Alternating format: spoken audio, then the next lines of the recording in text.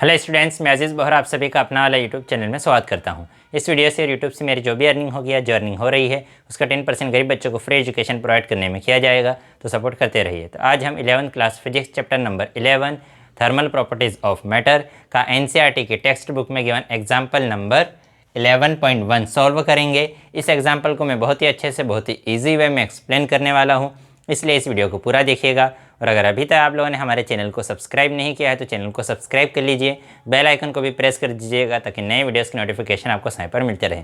तो क्या है आज का हमारा टॉपिक है NCERT की टेक्स्ट बुक में गिवन एग्जाम्पल नंबर 11.1। इसको मैं दो मेथड से कराऊंगा। पहले तो जो बुक में जो मेथड गिवन है उससे करवाऊंगा और उसके बाद में लास्ट में एक दूसरी ईजी मेथड से भी करवाऊंगा। जैसे एग्जाम्पल का स्टेटमेंट क्या है, show that the coefficient of area expansion delta A upon A whole upon delta t of a rectangular sheet of the solid is twice its linear expansivity alpha L.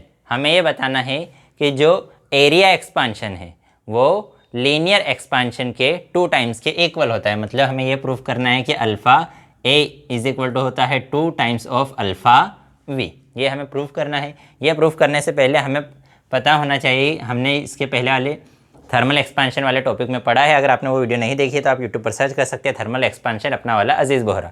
उसमें हमने पढ़ा था कि जो delta L upon L कितना होता है, delta L upon L होता है अल्फ़ा एल डेल्टा टी। ये होता है क्या, ये एल यहाँ डिवाइड में इक्वल टू के उधर जाकर मल्टीप्लाई में हो जाएगा, तो डेल्टा एल को ही हम क्या लिख सकते हैं, अल्फ़ा एल। ये इधर डिवाइड में था, इधर आकर मल्टीप्लाई में एल डेल्टा टी। तो delta L is equal to कितना होता है, alpha L into L delta T. अब हमने कंसिडर कर लिया हमारे पास क्या है, एक शीट ऑफ मेटल, कि ये कोई मेटल की बनी हुई एक शीट है। ठीक है, इसका शेप कैसा है, रेक्टेंगुलर शेप है। इसकी हमने ये लेंथ कंसिडर कर ली। इसकी लेंथ कितनी कंसिडर कर ली हमने, ए, और इसकी ये जो ब्रेथ है, ये ब्रेथ हमने कंसिडर कर ली बी। लेंथ ए है, ब्रेथ बी है। अब हमें ये कंसिडर किया कि जैसे हमने इसका टेम्परेचर इंक्रीज़ किया, जैसे टेम्परेचर इंक्रीज़ किया तो इसकी लेंथ और ब्रेथ दोनों में क्या होगा, एक्सपांशन होगा। तो इसकी लेंथ में एक्सपांशन हो गया।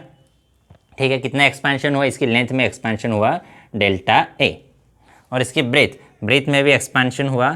कितना एक्सपांशन हुआ, डेल्टा बी। और इसका लेंथ में एक्सपांशन हुआ, ब्रेथ में एक्सपांशन हुआ, मतलब फाइनली इसके किस में एक्सपांशन होगा, इसके एरिया में एक्सपांशन हो गया। तो इसके एरिया में इतना एक्सपांशन हो गया कि जैसे हमने टेम्परेचर इंक्रीज़ किया तो इसकी लेंथ और ब्रेथ एक्सपांड होगी। तो ब्रेथ में जो एक्सपांशन हुआ उसको हमने नाम दे दिया डेल्टा बी, लेंथ में जो एक्सपांशन हुआ उससे नाम दे दिया डेल्टा ए। तो इतना मतलब इसका एरिया क्या हो गया, एक्सपांड। तो इसके एरिया में जो एक्सपांशन हुआ वो अगर हमें कैलकुलेट करना है तो हम इसके एरिया को 3 पार्ट्स में डिवाइड करेंगे। यहाँ पर ये और एक ये लाइन ड्रॉ कर दी। तो इस वाले पोर्शन को हमने नाम दे दिया डेल्टा A1, इस वाले पोर्शन को हमने नाम दे दिया डेल्टा A2, और इस वाले पोर्शन को हमने नाम दे दिया डेल्टा A3। ठीक है, अब delta L is equal to क्या होता है, alpha L into L delta T. ये क्या है, चेंज इन लेंथ। इसी टाइप से चेंज इन ए, तो change in A is equal to क्या होगा, alpha L A delta T. ये भी तो क्या है, ये भी तो लेंथ ही है। तो change in length is equal to alpha L original length into change in temperature. तो डेल्टा एल की स्पेस पर ए लिखा, एल की स्पेस पर ए लिखा, और कोफिशिएंट जो है वो तो एज इट इज़ रहेगा। इसी टाइप से डेल्टा बी की वैल्यू कितनी आ जाएगी, एल की स्पेस पर बी लिख देंगे। तो delta B is equal to alpha L B delta T. ये तो क्या है, कांस्टेंट चेंज होगा क्या, नहीं, कांस्टेंट वही रहेगा, क्योंकि ये भी एक टाइप की क्या है, लेंथ। तो अगर हमें change in area, change in total area, उसको हमने रिप्रेजेंट किया ए से, तो डेल्टा ए निकालना है। तो एरिया में टोटल जो चेंज हुआ वो किसके इक्वल रहेगा, delta A1 plus delta A2 plus delta A3। ये वाला एरिया, ये एरिया और ये एरिया, इन तीनों एरियाज़ के इक्वल रहेगा। अब डेल्टा A1 इसकी वैल्यू कितनी है, देखो इसका अगर एरिया निकालना है तो एरिया क्या होता है, लेंथ इंटू ब्रेथ। तो इसकी लेंथ कितनी है, इसकी लेंथ है ए के इक्वल, और ब्रेथ कितनी है, डेल्टा बी। मतलब ये जो एरिया है, ये एरिया कितना आ जाएगा, ए डेल्टा बी आ जाएगा क्या, ये लेंथ और ये ब्रेथ, तो ये वैल्यू कितनी है ए और ये कितनी है delta B, plus delta A टू ये वाला एरिया, तो ये एरिया कितना रहेगा, इसकी लेंथ है डेल्टा ए और इसकी ब्रेथ कितनी है बी, तो ये यहाँ लिख दिया बी, प्लस डेल्टा ए थ्री मतलब ये वाला एरिया, तो ये वैल्यू कितनी है डेल्टा ए और ये वाली वैल्यू कितनी है डेल्टा बी, तो लेंथ इंटू ब्रेथ मतलब डेल्टा ए डेल्टा बी। अब हमारे पास डेल्टा बी डेल्टा ए की वैल्यू है, तो इन दोनों की वैल्यू पुट कर देते हैं, तो A is as it is delta B की वैल्यू कितनी है alpha L B delta T, plus delta A की वैल्यू कितनी है alpha L A delta T, और जो बी है वो एज इट इज़। ठीक है, यहाँ पर भी दोनों की वैल्यू पुट कर देते हैं, अल्फ़ा ए की value alpha L delta A की वैल्यू कितनी है alpha L A delta T into delta B की वैल्यू कितनी है alpha L B delta T, तो alpha L B delta T. ठीक है, ज़्यादा बारीक हो गया क्या, थोड़ा नीचे लिख देता हूँ, तो इंटू इसके इंटू में क्या है, इसके इंटू में है अल्फ़ा एल और क्या है बी।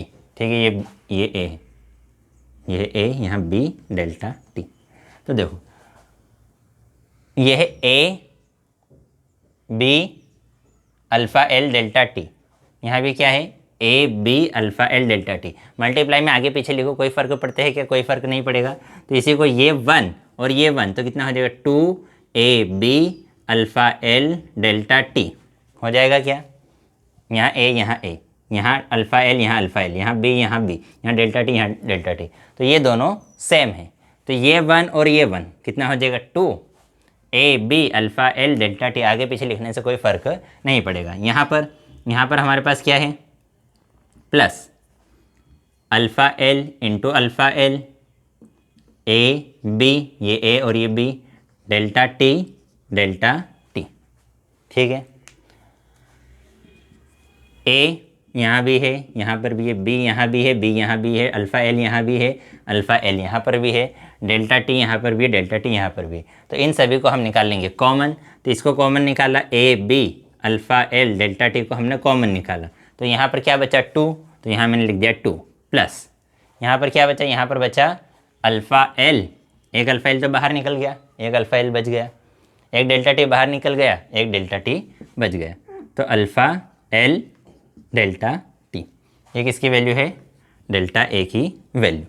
ठीक है, इसमें किसी को कोई डाउट है क्या, A into B length into breadth, A था लेंथ इंटू ब्रेथ, तो ये हमारा क्या हो गया इनिशियल एरिया, तो इसी को हम क्या लिख सकते हैं A alpha L delta T 2 plus देखो अल्फ़ा एल, तो जो मेटल्स होते हैं या जो सॉलिड्स होते हैं, सॉलिड्स के लिए अल्फ़ा एल की वैल्यू अप्रोक्सीमेट 10⁻⁵ के ऑर्डर की होती है, तो ये जो अल्फ़ा एल है इसकी वैल्यू बहुत छोटी है, और उसमें जो टेम्परेचर में चेंज है उससे अगर मल्टीप्लाई भी करेंगे तो भी ज़्यादा फ़र्क नहीं पड़ेगा, तो ये वैल्यू 2 के कंपैरिजन में बहुत छोटी, इसलिए इसको हम अप्रोक्सीमेट 0 कंसिडर कर लेंगे, तो ये वैल्यू हो गई 0, इसको हमने हटा दिया।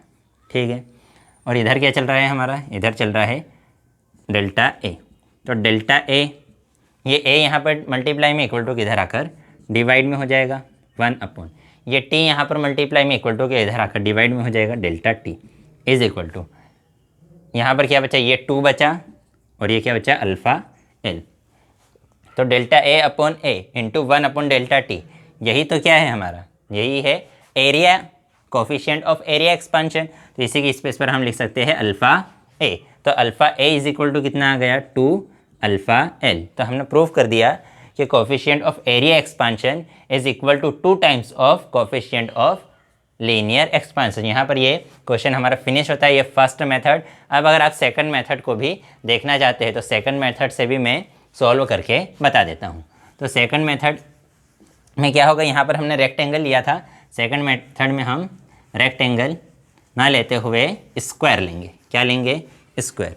कि अगर हमारे पास एक स्क्वायर है, क्योंकि हमें ऐसा क्वेश्चन में बोला नहीं है कि रेक्टेंगल लो या स्क्वायर लो, तो हम कोई भी एरिया लेकर सॉल्व कर सकते हैं। तो सेकंड मेथड के लिए हम प्रूफ करके बताएंगे कि कैसे एरिया एक्सपांशन और लीनियर एक्सपांशन में दोनों में क्या रिलेशन है। तो दोनों के रिलेशन को प्रूफ करके हम बता देते हैं। ठीक है, आप चाहे तो सेकंड मेथड अगर देखना चाहे तो देख सकते हैं। तो देखो, हमें ने कंसिडर कर लिया ये है हमारे पास एक स्क्वायर। क्या है हमारे पास एक स्क्वायर, और इस स्क्वायर की लेंथ कितनी है, एल एल एल एल। जैसे हमने टेम्परेचर इंक्रीज़ किया तो इसके एरिया में क्या होगा, एक्सपांशन होगा, और इसमें एक्सपांशन हुआ और ये एक्सपांड होकर इतना बढ़ गया। तो इसकी ये जो लेंथ है, अब ये लेंथ कितनी हो गई, एल प्लस डेल्टा एल। तो पहले लेंथ थी ए एल, और अब लेंथ कितनी हो गई, एल प्लस डेल्टा एल। तो चेंज इन एरिया, तो इसके एरिया में जो चेंज हुआ वो किसके इक्वल रहेगा, final area minus initial area. तो स्क्वायर का एरिया क्या होता है, लेंथ का स्क्वायर, स्क्वायर का एरिया क्या होता है, लेंथ। तो फाइनल लेंथ क्या है, एल प्लस डेल्टा एल।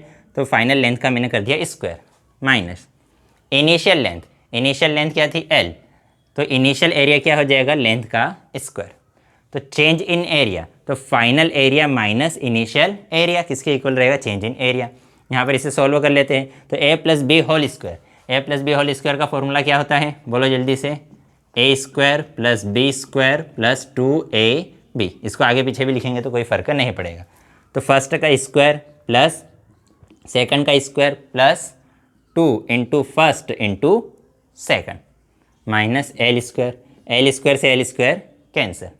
जो डेल्टा एल है, delta L is very small, अगर डेल्टा एल बहुत छोटा है तो डेल्टा एल स्क्वायर उससे भी छोटा होगा। क्यों, क्योंकि सपोज करो अगर डेल्टा एल है 1, तो डेल्टा एल स्क्वायर मतलब डेल्टा एल अगर कितना है 0.1, तो डेल्टा एल स्क्वायर क्या हो जाएगा, 0.1 का स्क्वायर। 0.1 का स्क्वायर निकालो, कितना आ जाएगा, 0.1 इंटू 0.1।